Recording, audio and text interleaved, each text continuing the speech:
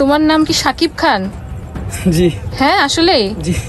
সিলেটের শাকিব খান না, জাফলংয়ের।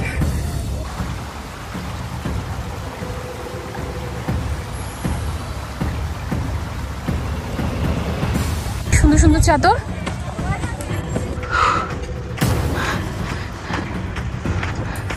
এখানে এখানে নিয়ে কই নিয়ে যাইতেছে? এটা গভীর, দেখছো?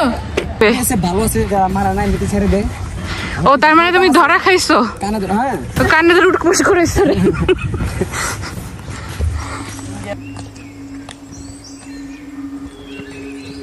সকালে ঘুম থেকে উঠলাম। ঘুম থেকে ওঠার পর একটা সতেজ স্নিগ্ধ অনুভূতি হচ্ছে। এটা সম্ভবত প্রকৃতি আর সবুজের মাঝে থাকার ফল। আজকে এই শুকতারা নেচার রিট্রিট থেকে চেক আউট করে সিলেটের মেইন শহরে দরগা রোডে নূরজাহান গ্র্যান্ড হোটেলে উঠব। নূরজাহান গ্র্যান্ড হোটেলে চেক ইন করেই জাফলং চলে যাব। জাফলং যদিও সকাল সকাল গেলে ভালো, ওখানে আশেপাশে দেখার মতো অনেক কিছু আছে। লালাখাল, তামাবিল, জৈন্তাপুর, মায়াবী ঝর্ণা, সংগ্রামপুঞ্জি চা বাগান, ডিবির হাওর মানে শাপলা বিল। এগুলো সকাল সকাল অথবা ভোরে গেলে একদিনই দেখা যায়। কিন্তু আমরা যেহেতু একটু ধীরে সুস্থে যাচ্ছি, তাই আমাদের পক্ষে এত কিছু একদিনে দেখা পসিবল হবে না। তো আমাদের ওখানে যাবার মেইন পারপাসই হচ্ছে জাফলং দেখা। এখন এই রিট্রিটের রেস্টুরেন্টে যাব সকালে নাস্তা করার জন্য। ব্রেকফাস্ট বুফেতে অনেক আইটেমই আছে। ওদের ব্রেকফাস্টের খাবারের মানও ভালো ছিল। আমি এই প্লেটে আলু ভাজি, মাংস, রুটি নিয়েছি। এখানে চা আর তরমুজ, আর এখানে ডিম, খিচুড়ি, প্যানকেক, ব্রেড আর বাটার। ব্রেকফাস্ট করে বের হলাম। এখন রুমে যেয়ে শাওয়ার নিয়ে চেক আউট করবো।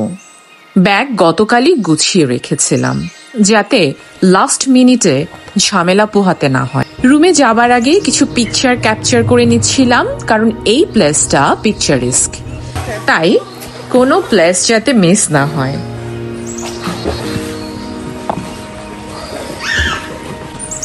শাওয়ার নিয়ে ওয়েট করছি। রিসেপশনে কল দিয়ে চেক আউটের কথা বললাম। হোটেলটা যেহেতু রিমোট প্লেসে আর রিসেপশন থেকে রুমের ডিস্টেন্সটাও খুব কম নয়, তো ওদের আসতে সময় লাগছিল। রিসেপশনে যাবার পর চেক আউট ফর্মালিটিস শেষ করলাম।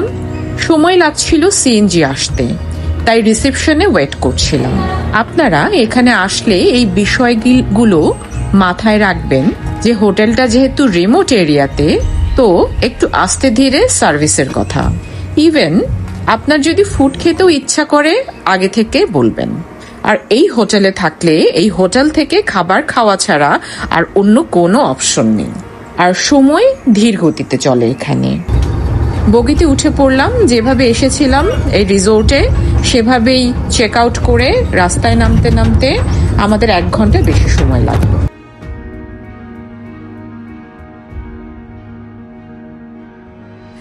শুকতারা নেচার রিট্রিট থেকে হোটেল নূরজাহান গ্র্যান্ডের ডিস্টেন্স 9.3 কিলোমিটার। 30 থেকে 40 মিনিট সময় লাগবে। রাস্তায় যেতে যেতে চা বাগানের মনোরম অপরূপ সৌন্দর্য আমাদের নজরে আসলো। সিলেটের রাস্তাগুলো বেশ পরিচ্ছন্ন, পরিপাটি, আধুনিক আর প্রাকৃতিক ছোঁয়া আছে। অবশেষে নূরজাহান গ্র্যান্ড হোটেলে পৌঁছালাম। আমাদের ওয়েলকাম ড্রিঙ্কস দিল। রুমে চেক ইন করতে করতে প্রায় 1টা বেজে গিয়েছিল। আর জাফলং যেতে যেতে যেহেতু 2 ঘন্টার উপরে সময় লাগবে, 15 মিনিটের ওয়াকিং ডিস্টেন্সে দ্য ম্যাড গ্রিল নামের একটা রেস্টুরেন্টে খেতে গেলাম। বিফ আদানা কাবাবের 2টা প্ল্যাটার নিলাম 2 জনের জন্য। এই প্ল্যাটার রাইসে একটা আদানা কাবাব ছিল আর রাইস। এই আইটেমটার পার প্লেট প্রাইস পড়েছে 500 টাকার মতো। আর চিকেনের যে প্লেটার নিয়েছিলাম এটা প্রাইস 350 টাকা। এটা একটা টার্কিশ ফ্লেভার রেস্টুরেন্ট।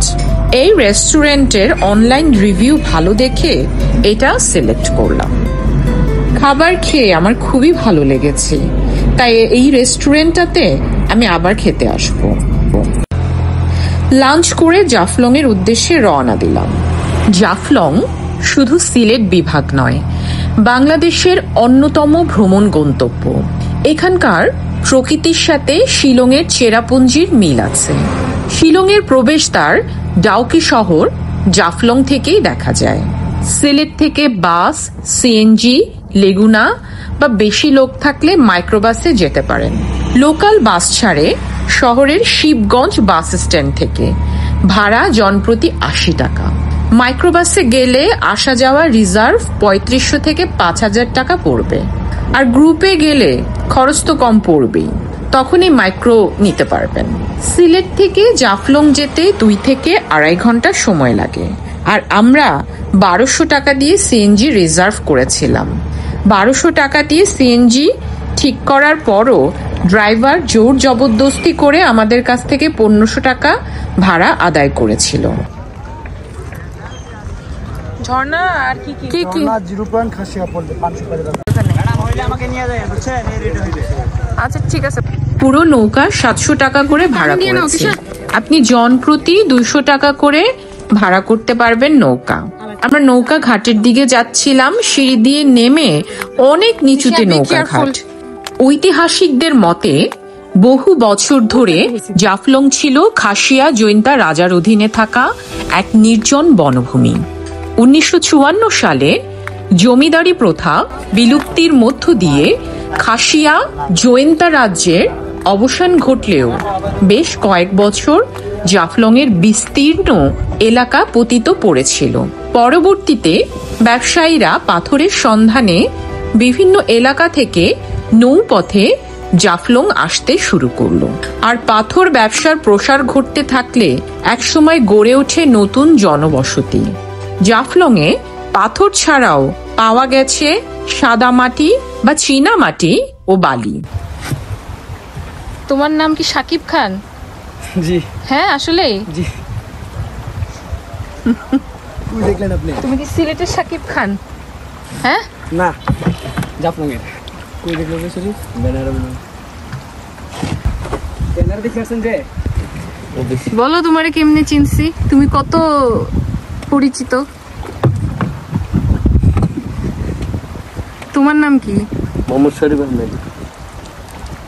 আমার ছিলেন না, আমার সাইডে আসবে। মাঝিদের মধ্যে যে ছেলেটার নাম শাকিব খান, ওর সাথে আমি একটু মজা নিচ্ছিলাম। বললাম ও তো অনেক ফেমাস, ওকে সবাই চিনে। ওরা নিজেরা আলোচনা করছিল কোন ব্যানারে নাকি ওর নাম ছিল। ওদের ধারণা ওইখান থেকে ওর নাম জেনেছি। আসলে যেখান থেকে নৌকার টিকিট কেটেছিলাম ওই লোকটাই ওদের দুইজনের নাম বলেছিল। তবে আমার শুধুমাত্র শাকিব খান এই নামটা মনে ছিল। আর পুরোটাই পড়ছে না কারণ রাজু কি করে? জেলা পড়ছে শিলং। শিলং না? ওই যে ইওর মধ্যে ঝুলন্ত ব্রিজটা দেখলেন না? ওটা ভারতের ব্রিজ। বুঝছি। দূর থেকে দেখতে হয়, যেতে পারবেন না, দুই পাহাড়ের মাঝখানে। তোমার বর্ডারটাকে এই যে এই বিল্ডিং গুলো কি বর্ডারের ওই পাশে পড়ছে? ভারতের ডাইরেক্ট। ওই বিল্ডিং গুলো ইন্ডিয়াতে, বুঝছো? ওই যে আমরা মানে বর্ডার দিয়ে ঘুরতেছি আর কি। যা দেখতেছেন পাহাড়ের নিচে আছে বাংলাদেশ, আর পাহাড় সব ইন্ডিয়া। প্রাকৃতিক সৌন্দর্যের টানে সারা বছরই ভ্রমণ পিপাসুরা এখানে ছুটে আসে। আর বর্ষায় নদীতে অনেক স্রোত থাকে, তাই এখানে আসার বেস্ট সময় হচ্ছে বর্ষাকাল ও তার পরবর্তী সময়। এটা কি নদী? এই এটা কিসের বর্ডার? এটা কি ডাউকি বর্ডার? আপনার এটা এই ব্রিজ দিয়ে পাথরের টাক আছে না? হ্যাঁ। বুঝছো দেখো, ওই যে ইন্ডিয়াতে শিলং এ বাস দিয়ে যায় না, এই ডাউকি বর্ডার দিয়ে পার হওয়া যায়। কলকাতা মতো যেতে পারবেন এদিকে। কলকাতা তো এই থেকে অনেক দূর হবে। দূর হলে গাড়ি এদিকে কলকাতা যায়, মানে রাস্তা আছে না? রাস্তা তো আছে। ওইদিকে কি শ্যামলী গাড়িগুলো আছে না? হ্যাঁ, এগুলো এদিক দিয়ে কলকাতা যায়। বর্ডার আমাদের তামিল বর্ডার দিয়ে ঢুকে। এই এলাকায় যেমন সাধারণ বাঙালিরা বসবাস করেন, তেমনি বাস করেন উপজাতিরাও। চারপাশে ছড়ানো পাথর, সবুজ পাহাড় আর মায়াবী ঝর্ণা মিলে জাফলংয়ের রূপের দুয়ার খুলে দেয়। অর্থাৎ জুন থেকে নভেম্বর হচ্ছে বেস্ট সময় জাফলং ভ্রমণের। পাথর কিন্তু অনেক সুন্দর, তাই না দিশা? এটা বেটার না? তুমি ছোট ছোট জায়গায় পা দিয়ে আসো, বড় পাথরে পা দিলে অনেক সময় লাগতেছে, ছোটগুলোতে এইভাবে আসতে হবে। এখানে এখানে কই নিয়ে যাইতেছে। জাফলং 0 পয়েন্ট থেকে মায়াবী ঝর্ণার ওয়াকিং ডিস্টেন্স 20 থেকে 25 মিনিট। প্রায় 20 মিনিট ধরে হাঁটছি। সমতল রাস্তা হলে সমস্যা ছিল না, পাথরের উপর দিয়ে হাঁটাটা প্রচন্ড কষ্টকর হয়ে যাচ্ছে আর আমি প্রচন্ড টায়ার্ড হয়ে যাচ্ছি। সিলেট জেলার জাফলং, তামাবিল, লালখাল অঞ্চলে পাললিক শিলা আছে। ওখানে বেশ কয়েকবার ভূতাত্ত্বিক জরিপ পরিচালনা করা হয়েছে বাংলাদেশের পক্ষ থেকে। বাংলাদেশে 12 ধরনের কঠিন শিলা পাওয়া যায়, তার মধ্যে জাফলং, ভোলাগঞ্জে পাওয়া যায় কঠিন শিলার নুড়ি। এছাড়া বর্ষাকালে ভারতীয় সীমান্তবর্তী শিলং মালভূমির পাহাড়গুলোতে প্রবল বৃষ্টিপাত হলে ওইসব পাহাড় থেকে ডাউকি নদীর প্রবল স্রোত বয়ে আনে বড় বড় গণ্ডশিলাও। এ কারণে জাফলং এর নদীতে প্রচুর পরিমাণে পাথর পাওয়া যায়। আর এই এলাকার মানুষের এক বৃহৎ অংশের জীবিকা গড়ে উঠেছে এই পাথর উত্তোলন ও তা প্রক্রিয়াজাতকরণকে ঘিরে।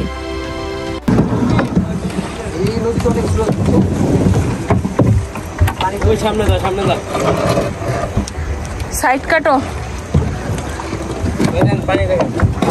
আপনি এই সাইড আসেন, একজন ওই সাইডে যান, একজন এই সাইডে আসেন। এখান থেকে সাইড হলে তাহলে ব্যালেন্স হবে। ঠিক আছে, হ্যাঁ ঠিক আছে, বসো।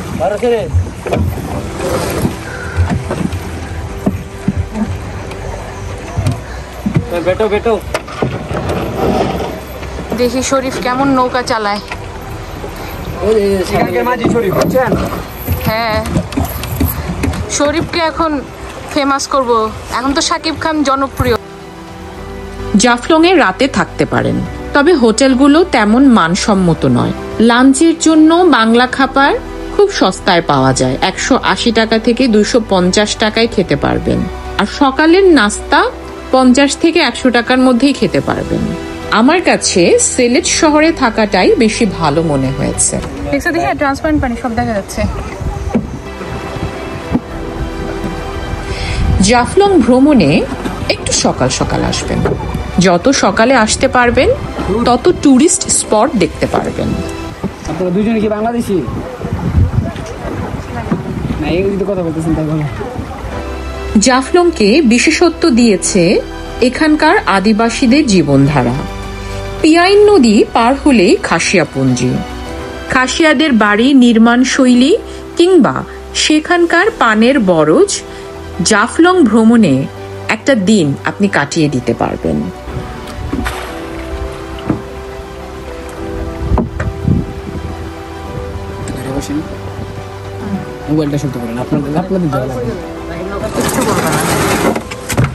মায়াবী ঝর্ণা পিয়াইন নদী থেকে 15 কিলোমিটার হাঁটলেই পাবেন। এটি ভারতের অংশে পড়েছে আর নির্দিষ্ট দূরত্ব পর্যন্ত যেতে পারবেন। এছাড়া খাসিয়া পুঞ্জি, তামাবিল, 0 পয়েন্ট পার হও। মাঝে মধ্যে দরকার পড়লে আমরা তো রাতে যাই, রাতে চলে আসি। দিনের তখন যাই, যখন ওই এলাকায় কোনো জাস্ট লুকায় যাও। ঢুকে যাই। ধরা খাইলে গুলি খাবে না, গুলি না, পেদানি খাবে। লাঠি দিয়ে মাইরা আবার ছেড়ে দিবে। ভালো আছে, যারা মারা নাই এমনিতে ছেড়ে দেয়। ও তার মানে তুমি ধরা খাইছো? হ্যাঁ, কানে ধরে উঠকোস করেছো।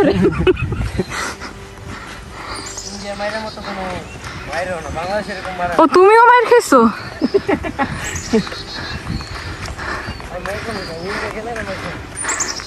এক সময় এমন সময় গেছে, 2 বছর আগের কথা, আমার পুরো রাত ইন্ডিয়া কাটছে যখন মোটর ব্যবসা ছিল। যাও কেন? মোটর ব্যবসা, মোটর ব্যবসা, জিনিসপত্র নিয়ে আসো। মোটর বাংলাদেশ থেকে ইন্ডিয়া নিয়ে, ছানা মোটর আছে না। এখন যাও কেন? এখন তো এমনি মাঝে মাঝে প্রয়োজন মনে করলে যাই। ঘুরতে যাও? ঘুরতে যাই তখন যখন পূজা থাকে, ইন্ডিয়া দুর্গা পূজা কিংবা কালী যখন ফ্রি থাকে তখন ওইখানে স্পট আছে, এগুলো দেখে আসা যায়। ফ্রি মনে করেন বড় খোলা থাকে, কিছু বলে না, বলে আবার বলে না, ভালো থাকে। এটা হলো বর্ডার গার্ড। কোথায় যেতে চাও বলো? ওই সাইডে যাইতে পারবেন। শোনো ওকে ওরা কিন্তু আমাদেরকে ওদের মতো করে নিয়ে যাবে, ওর কিন্তু কোনো ইয়ে নাই, ও বলবে যাওয়া যাবে না, যাইতে পারবে না আসতে।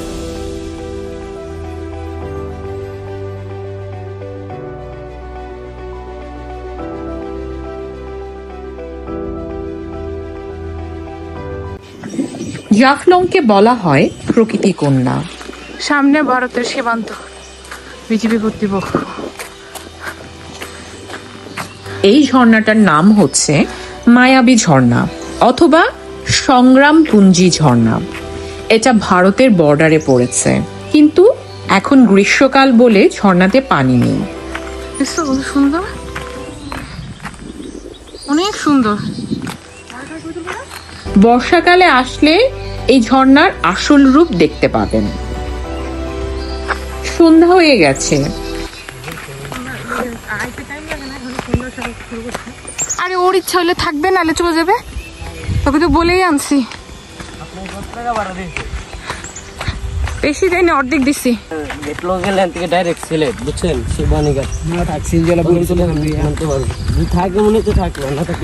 বলেই তো আসছি যে দেরি হবে, যতক্ষণ লাগে। আপনার গেট লোক 150 টাকা থেকে 150 করে পার পার্সন। প্রথম তুলে নামাই দিবেন। সিলেটের সীমান্তবর্তী এলাকায় জাফলং অবস্থিত। এর অপর পাশে ভারতের ডাউকি অঞ্চল।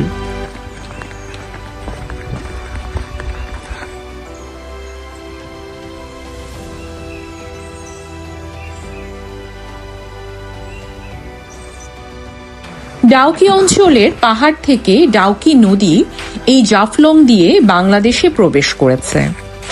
মূলত পিয়াইন নদীর অববাহিকায় জাফলং অবস্থিত।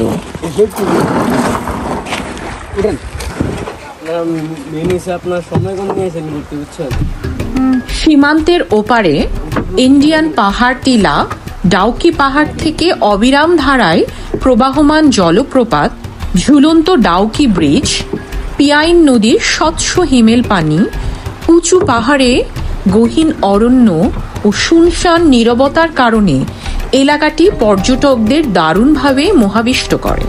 এসব দৃশ্যপট দেখতে প্রতিদিনই দেশি বিদেশি পর্যটকরা ছুটে আসেন এখানে।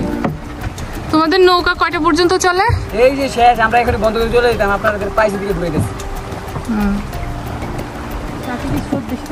রাতের মাথায় 24 ঘন্টা থাকে। পানি ঠান্ডা? অনেক ঠান্ডা। প্রকৃতি কন্যা ছাড়াও Jaflong beauty spot, picnic spot, সৌন্দর্যের রানী এসব নামেও পর্যটকদের কাছে ব্যাপকভাবে পরিচিত। এখানে পানি প্রচুর ঠান্ডা, আর পানি স্বচ্ছ, আর পানির নিচে পাথর বিভিন্ন রঙের, অনেক স্রোত নদীতে। ভ্রমণ পিপাসুদের কাছে জাফলং এর আকর্ষণ যেন আলাদা। আশেপাশে আমাদের নৌকা ছাড়া আর কোনো টুরিস্ট নৌকা নেই। এখানে কেন? অনেক স্রোত না? ও, এই জায়গাটা এটা গভীর, দেখছো? এতক্ষণ কিন্তু এত গভীর ছিল না। আরো কিছু দেখতে পারবা যায় না? দেখা যায় মাঝখানে যাওয়ার পরে। সবচেয়ে ভালো সময় কোনটা ঘুরে? আপনার ঝর্ণা থাকলে বর্ষাকাল, শীতকাল হলে আপনার বর্ষাই সবচেয়ে ভালো।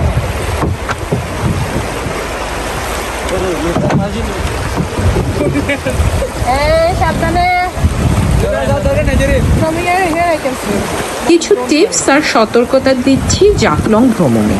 জাফলংয়ে কম খরচে ভ্রমণের জন্য দল বেঁধে যাওয়া ভালো। যানবাহন ঠিক করা, কোনো কিছু কেনা ও খাবার আগে ভালোভাবে দরদাম করে নেব। সীমান্তবর্তী এলাকা হওয়ায় ঘোরাফেরা করার ক্ষেত্রে বিশেষ সতর্কতা ও নির্দেশনা মেনে চলা জরুরি। অতি বৃষ্টির মৌসুমে সাঁতার জানা না থাকলে পানিতে না নামাই ভালো। ইভেন সাঁতার জানলেও গোসলের সময় সাবধানে থাকবেন, কারণ পাথর উত্তোলনের ফলে কিছু কিছু জায়গায় গভীরতা বেশি থাকতে পারে, আর যেখানে সেখানে ময়লা ফেলে জাফলংয়ের প্রাকৃতিক সৌন্দর্য নষ্ট করবেন না। এখানে তোমার খেলাধুলা কাজে লাগবে।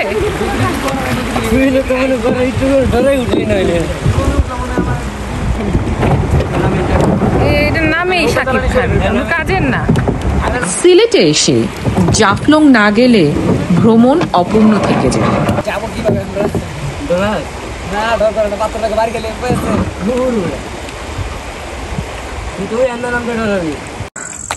কত দূর উপরে উঠলাম, এখানে সবাই আসতে পারবে না। এখানে আসার আগে প্রিপারেশন নিয়ে আসতে হবে, বডি ফিটনেস থাকতে হবে, আদারওয়াইজ এখানে আসা যাবে না। হোটেলে ব্যাক করলাম আর অনেক রাত হয়ে গিয়েছিল বলে অন্য কোথাও ডিনার করতে যাইনি। হোটেলের রেস্টুরেন্ট আন্তালায়াতে খেতে আসলাম।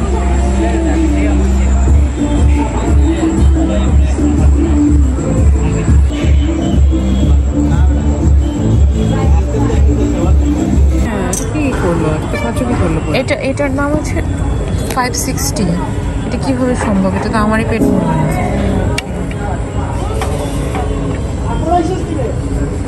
এইটা না হয় আমি ঠিক আছে, তাই না? কিন্তু এটা কি দিল? ওদের খাবার আমার কাছে ওভার প্রাইসড মনে হলো, আর স্বাদটা মোটামুটি।